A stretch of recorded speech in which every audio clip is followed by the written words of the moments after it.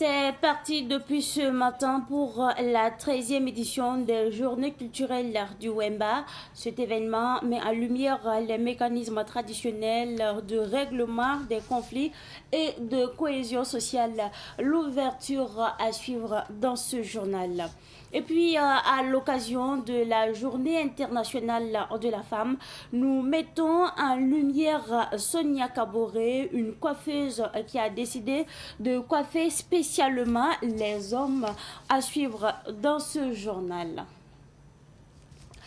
Mesdames et messieurs, bonsoir et bienvenue à ce rendez-vous consacré à l'actualité sur Savane TV. Le Conseil des ministres s'est tenu hier sous la présidence du chef de l'État, le capitaine Ibrahim Traoré. Plusieurs décisions ont été prises. 15 112 agents à recruter sur concours professionnels et concours directs, ainsi que des innovations pour mieux gérer le foncier. En tout cas, c'est ce qui ressort du Conseil des ministres d'hier. On fait la synthèse avec Sanluidi Salifa. Au titre du ministère en charge de l'économie, le gouvernement s'est penché sur le mode de gestion du foncier national. Selon le ministre en charge de l'économie, Aboubakar Nakanabo, l'Assemblée législative de transition a adopté en 2025 la réorganisation agraire et foncière. Jusque-là, les terres à usage d'habitation, on avait un délai de 5 ans pour la mise en valeur, mais avec ce nouveau texte, on a étendu le délai à 8 ans pour tenir compte d'un certain nombre de points importants, notamment le fait que les citoyens sont souvent amenés donc, à s'endetter pour acheter des terrains, également s'endetter pour construire. Donc on s'est dit que dans un délai de 5 ans, il n'est pas évident de pouvoir faire la mise en valeur. Un autre élément important, c'est la question du constat de mise en valeur des terres, parce que jusque-là, les agents du cadastre étaient obligés d'aller sur les terrains pour constater la mise en valeur et il fallait le faire en présence du propriétaire des droits fonciers. Mais aujourd'hui, avec l'évolution de la technologie, la Direction générale des impôts dispose d'images satellitaires qui peuvent lui permettre, à partir de ces images, de s'assurer bien que les terres ont été mises en valeur. Donc aujourd'hui, le texte a consacré cela. Il est également prévu que dans les cadres de lotissement, un individu ne peut pas avoir plus d'un terrain par région. Cela n'était pas réglementé de sorte que la même personne pouvait avoir plusieurs terrains dans la même région. Bien entendu, la personne qui souhaite acheter autant de terrains dans la région peut le faire. Pour le compte du ministère des Serviteurs du Peuple, le Conseil a adopté un rapport relatif au bilan des recrutements au titre de l'année 2025 et autorisé des recrutements par concours direct et concours professionnel au titre de l'année 2025, a expliqué le ministre des Serviteurs du Peuple, Mathias Traoré.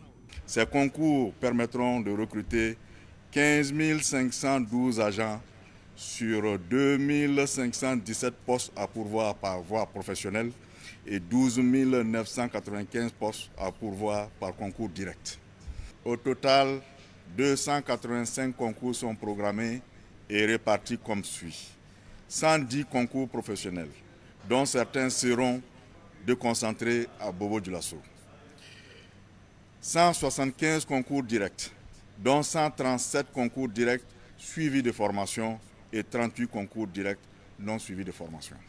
Un quota de 504 postes sera réservé à des cours spécifiques que sont les volontaires pour la défense de la patrie, les agents de santé à base communautaire, les enseignants communautaires de l'enseignement de base et les orphelins et les veuves des FDS tombés. L'incidence financière est estimée à 39 631 747 508 francs CFA pour la masse salariale et 5 42 619 000 pour l'organisation des concours directs et professionnels et 2 240 millions au titre des recettes des concours directs. Notons qu'en termes des innovations dans la gestion du foncier, on note l'extension de la durée de la mise en valeur des terres qui passe de 5 à 8 ans, le constat de mise en valeur par satellite. À cela s'ajoute l'impossibilité d'être attributaire de plus d'une parcelle par région lors d'un lotissement, la numérisation du cadastre consacrant la délivrance des extraits cadastraux en ligne. Apaiser le cœur et renforcer les liens entre les communautés. En tout cas, c'est l'objectif de la 13e édition des Journées culturelles du Wemba. Cette édition se tient sous le thème Apaiser le cœur, tisser les liens, le rôle de la médiation traditionnelle pour un mieux vivre ensemble. L'événement met en lumière les mécanismes traditionnels de règlement des conflits et de cohésion sociale. On fait le point avec notre reporter Daouda Yamego. Promouvoir la paix sociale et renforcer la cohésion entre les communautés à travers les valeurs traditionnelles, c'est l'esprit des journées culturelles du Wemba. La 13e édition met un accent particulier sur la médiation traditionnelle, un mécanisme souvent utilisé dans les communautés pour prévenir et résoudre les conflits. Plusieurs activités sont au programme, notamment une conférence sur la médiation traditionnelle, une journée des communautés, des expositions de mets locaux, ainsi que diverses animations artistiques et culturelles. Apaiser les cœurs, tisser des liens pour un mieux vivre ensemble. C'est un thème que nous avons choisi cette année compte tenu de la situation nationale. Nous constatons que notre nation, nos populations ont besoin d'apaiser leur cœur. Ils ont besoin de se ressouder. C'est pour cela que nous avons choisi ce thème pour apporter notre contribution dans la sensibilisation et demander à tout un chacun d'être un acteur d'apaisement de cœur, un acteur pour tisser les liens et également aboutir à une réconciliation qui va sans doute apporter la paix et il y aura le mieux vivre ensemble dans notre pays. Cet événement est placé sous le parrainage du commandant Passowende Pelagie Kaboré, ministre de la Famille et de la Solidarité. Son représentant a livré son message au cours de la cérémonie de lancement. La médiation traditionnelle est un pilier de notre vivre ensemble. Elle incarne une justice de proximité, une écoute bienveillante et une recherche permanente de consensus. En tant que ministre de la Famille et de la Solidarité, je suis profondément convaincu que le mieux vivre ensemble ne peut se construire sans vous. Une collecte de fonds a également été lancée pour soutenir l'agence Faso Mebo. Les journées culturelles du Wemba se poursuivront avec diverses activités et prendront fin le dimanche prochain au jardin Madame Saint-Poré, au quartier Wemtenga de Ouagadougou. Dans quelques jours, la journée internationale de la femme sera célébrée. Mais bien avant la célébration, comment se comporte le marché du pain tissé local choisi par le ministère de la Femme pour la journée? Une équipe de Savane Media a fait le tour à la société Innovation Textile et Services de Germaine Compaoré pour bien sûr comprendre le mécanisme de tissage et les difficultés rencontrées dans le tissage du pagne du 8 mars 2026. C'est un reportage signé Yacouba Kemtoli. Depuis plusieurs années, le Burkina Faso a fait le choix de promouvoir le pain tissé local. Et chaque année, pour la célébration de la Journée internationale de la femme, le gouvernement sort un motif de pain Faso d'Anfani. Cette année, le choix est porté sur un pain tissé de la région du Guirico. Ce pain tissé est 100% coton et est composé de plusieurs couleurs. Nous pouvons dire que le motif de cette année, c'est un pain tissé à toile simple, donc composé de rayures, de mélanges et de I4. Et le I4 est en deux formats. Un grand format I4 qui encadre les rayures et en grand format, donc avec des attaches bleues et blancs. Et à l'intérieur de l'espace où on pourrait mettre peut-être un logo, il y a aussi une apposition de I4. Le I4 aussi, c'est des attaches et légères, c'est pour dire que c'est une double chaîne qu'il faut ajouter à la chaîne mère pour pouvoir faire le dessin. Le tissage du pagne Faso d'Anfani du 8 mars est ouvert à tous les tisserands à condition de respecter le motif choisi et la fiche technique établie par le ministère. Pour le tissage de ce pagne, les tisserands rencontrent plusieurs difficultés, comme le souligne Germaine Compaoré, présidente directrice générale de la société Innovation Textile et Services. Bon, les difficultés que nous avons, c'est le temps qui nous a été donné pour le tissage. Le motif est sorti et vers fin janvier, c'est pour dire que en moyenne, une tisseuse tisse 20 pains par mois. Donc, c'est pour dire, quelle qu'en soit ta capacité, il est difficile que nous puissions honorer. Le temps était vraiment bref. Donc, pour ce faire, et le motif, il fallait quand même un peu de temps pour s'adapter au motif.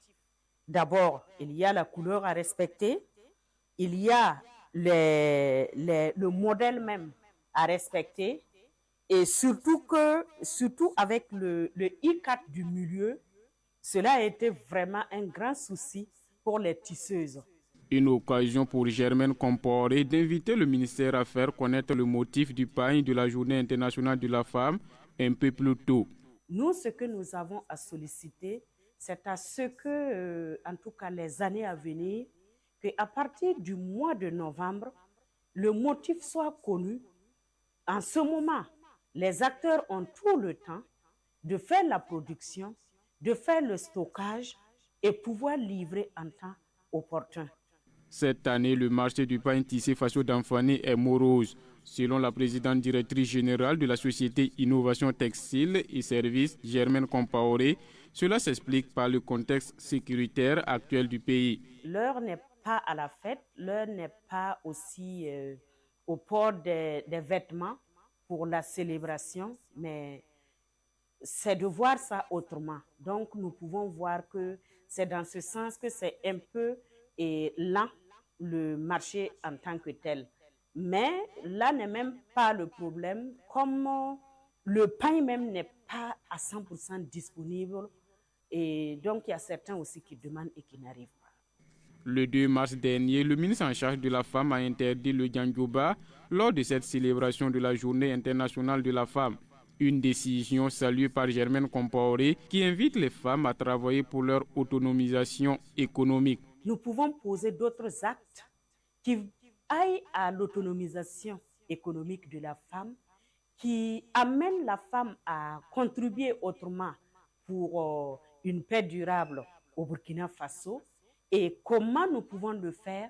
Nous pouvons le faire par des causeries débats, nous pouvons le faire par des conférences, nous pouvons le faire dans d'autres manières, sans en tout cas mettre l'accent sur les grandes festivités que nous avions l'habitude de faire. Donc, c'est notre jour spécial, certes, mais nous pouvons changer notre manière de faire, notre façon de faire, et aussi marquer notre contribution à l'éducation au niveau des ménages. Si le pays se stabilise, nous allons refaire nos djandjoba, nous allons pouvoir fêter. Le thème retenu pour le 8 mars est « Bâtir une paix durable au Burkina Faso ». Quelle contribution des femmes et des filles à la promotion du vivre ensemble? La présidente directrice générale de la société Innovation Textile et Services invite les femmes à s'interroger sur leur rôle pour le retour de la paix au Faso. Face à la situation de notre pays, face au thème qui est choisi, qu'est-ce que moi, en tant que femme, moi en tant que fille du Burkina Faso, quelle peut être moi, ma contribution pour que la paix durable puisse régner au Burkina Faso? Je dis bonne fête d'ores et déjà aux unes et aux autres. Bonne fête à tous ceux qui, à travers le monde entier, ont pensé à cette journée dédiée à la femme. La Journée internationale de la femme est un cadre d'échange, de réflexion, de mobilisation et d'action en faveur des droits des femmes, selon Pacho Wende Pelagie Kaboré, ministre en charge de la solidarité et de la famille. Elle invite les femmes à une pleine participation au développement du Burkina Faso. Toujours dans le cadre de la Journée internationale de la femme, Sonia Kaboré est une coiffeuse pas comme les autres. Sa spécialité, la coiffure pour hommes. Alors, dans le cadre du mois de la femme, nous vous amenons à la découverte du salon de coiffure avec notre reporter Madinatou Ouetraogo. Bienvenue chez Sonia Barber. Ici, c'est une femme qui tient la tondeuse. Dans ce salon, pas comme les autres, chaque client est accueilli avec attention. Avant même de se mettre à l'œuvre, Sonia Kaboré engage la conversation avec le client. Quel modèle de coiffure souhaitez-vous? Une première question essentielle avant de passer aux ciseaux et à la tondeuse. La coiffure masculine est un métier passionnant que Sonia Kaboré exerce depuis maintenant 2 ans. Disons que pour commencer, au début, je n'ai pas commencé avec la coiffure masculine. J'ai d'abord commencé par le maquillage, après les études. Et bon, arrivé à un moment, je vois sur la toile, le maquillage est un peu trop. Et j'ai voulu vraiment changer. Et je me suis dit, pourquoi pas. Mes idées se sont vraiment... Je voulais faire quelque chose quelque chose de rare, quelque chose que vraiment beaucoup n'ont pas le courage de faire. C'est dans ce sens que mes idées se sont retournées dans la coiffure masculine. Mais pour une femme, évoluer dans ce domaine souvent dominé par les hommes n'est pas chose aisée. Malgré tout, Sonia reste déterminée. D'abord, il y a le doute. Les clients, souvent, ils ont des doutes. Ils se disent, est-ce qu'une femme peut vraiment faire ce travail, peut vraiment le satisfaire dans le travail et tout. Il y a aussi, certaines personnes, quand ils viennent là, ils viennent d'une manière pas polie parce que selon eux, tu as choisi ce domaine pour les attirer. Or, ce n'est pas le cas.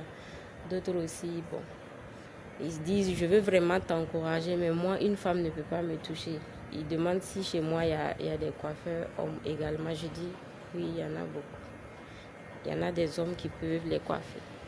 Pour une coiffure, il faut minimum 15 minutes. Selon Sonia, la particularité de son travail réside surtout dans l'écoute et l'attention accordée aux clients. Déjà, il y a la douceur dans le travail. Parce que étant une femme, c'est vraiment différent. Quand une femme te coiffe, tu vas sentir qu'elle est plus douce par rapport aux hommes. Et aussi, il y a l'écoute. Elle est plus à l'écoute du client. Et les clients aussi sont à l'aise de parler de leurs complexes, leur calvitie, les problèmes de pellicule, tout type de difficultés concernant leurs cheveux. Issouf Sidibé, alias Sultan, client fidèle du salon, apprécie positivement la qualité des coiffures réalisées par Sonia. Hyper satisfait pour l'originalité qu'elle apporte dans l'industrie de la mode, parce qu'elle fait partie de la mode. Voilà, c'est une coiffeuse exceptionnelle. Voilà, un métier dédié aux hommes. Et voilà, une des rares femmes qui se bat pour l'amour de la coiffure masculine. Celle qui veut emboîter le pas, moi je dirais de prendre le courage. Il n'y a pas un travail dédié uniquement aux hommes. Voilà, toutes les femmes peuvent exercer les mêmes métiers que les hommes. C'est le courage, la préférence et surtout aimer ce qu'on fait. Abdou Tendrebego, employé chez Sonia Barber depuis quelque temps, dit être fier de travailler aux côtés de sa patronne Sonia Kaboré, passionnée de son métier. En tout cas, elle est douce et on peut dire même que il y a des femmes, même quand ils travaillent avec eux-mêmes, c'est mieux par rapport à un garçon parce que eux, de la manière ils traitent les gens et puis certains garçons, c'est pas la même chose. Parce que vous savez que les gens de même sexe, souvent il y a la rivalité, tout ça là. Donc avec elle en tout cas, je pense que tout va bien, tout va jusque-là. Au-delà du salon, Sonia Kaboré nourrit de grandes ambitions. Elle souhaite créer un centre de formation afin de transmettre son savoir-faire à d'autres personnes et contribuer à la lutte contre le chômage en milieu jeune. J'encourage toutes celles qui sont vraiment inspirées à vouloir faire un travail généralement dominé par les hommes. Parce que c'est vraiment agréable. Il faut rentrer dedans pour comprendre. Voilà, du moment où c'est ta passion, genre si tu aimes, je suis sûre que tu vas pouvoir relever le défi. Parce qu'il y a vraiment beaucoup de chemin, mais avec le courage et le dévouement, je pense qu'elles vont arriver. Donc je les encourage beaucoup à se lancer car elles ne vont pas regretter. À l'occasion de la fête du 8 mars, Sonia appelle les femmes à oser exercer les métiers qui les passionnent sans tenir compte des préjugés. J'aimerais vraiment amener la coiffure masculine très loin. J'aimerais vraiment inspirer les femmes à se lancer et aussi qu'à travers ce travail, je puisse vraiment aider beaucoup de gens à quitter dans le chômage et aussi aider les orphelins, les veuves qui sont dans le besoin. En tout cas, ma vision est très. J'aimerais vraiment faire un centre où on peut faire des formations et tout. En tout cas, que toute personne soit libre, à l'aise de venir se former chez moi, femme comme garçon. Au salon Sonia Barber, les coupes masculines sont accessibles à partir de 2000 francs CFA. Les chercheurs peuvent contribuer à l'autosuffisance alimentaire, se convainc le professeur Moussassier, expert en amélioration de variétés du riz. Selon le professeur Moussassier, le Burkina Faso dispose de ressources humaines mais aussi locales pouvant bien sûr contribuer à rehausser et stabiliser la production agricole du pays. Il se prononçait lors d'une conférence public initié par la Fondation Revire. Retour justement sur cette conférence publique avec notre reporter Germaine Farama. Dans sa communication autour du thème « La valorisation des compétences locales au service des ressources locales, un levier stratégique pour l'Afrique », professeur Moussassier, expert en amélioration de variétés de riz, décortique l'apport des chercheurs dans la production et la nécessité d'une collaboration avec les acteurs sur le terrain. Les ressources locales, ce n'est pas seulement les ressources phytogénétiques, c'est-à-dire que les plantes que nos parents, nos arrière-parents produisent, mais aussi au niveau donc, de la compétence locale. Et c'est là que j'ai parlé effectivement de la contribution des utilisateurs de ces produits-là, les producteurs, il ne faut pas que les chercheurs pensent que c'est eux seuls qui vont décider de ce que les producteurs vont cultiver. On a besoin de leur soutien. Le troisième aspect, ça concernait l'innovation. Quand j'ai commencé à travailler, les variétés de riz, c'était 200 jours. Et aujourd'hui, quand je suis parti à la retraite, la variété parfumée, elle fait 100 jours. Ça dit que ça fait quand même un gain génétique. Et ça, effectivement, on a donné des exemples aussi concernant la mécanisation. Et puis ouvrir une porte aussi au niveau des jeunes sur la numérisation, la précision de l'agriculture.